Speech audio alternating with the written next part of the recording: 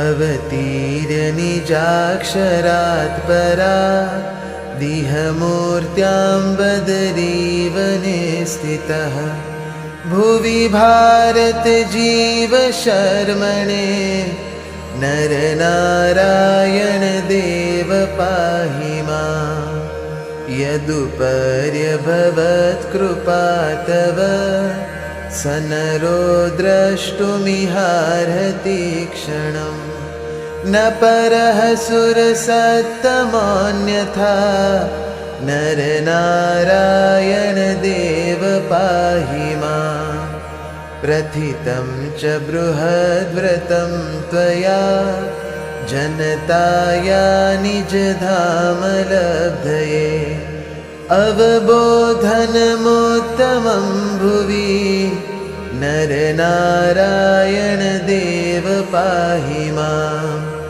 जगतो जननं हि पालनं प्रलयं चापि करोषि नित्यदा रजसा तमसा च सत्त्वतो नरनारायण देव पाहि माम्। ऋषिरूपधरं तपश्चरं ह्यवमन्येत कदापि कश्चन स भवेत् सततं च नारकी नरनारायण देव पाहि माम्।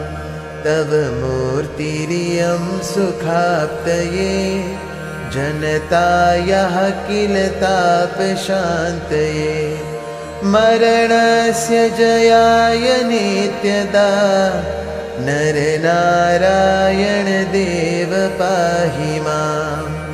जगदन्यतनुस्तथावितुं धरसि त्वं च युगे युगे द्यवे हरिकृष्णतनुस्त्वया धृता नरनारायण देव पाहि माम्। विधिशम्भुमुखामरव्रजश्चरणौ ते सततं समर्चति परमादरतश्च चिन्तति नरनारायण देव पाहि माम्।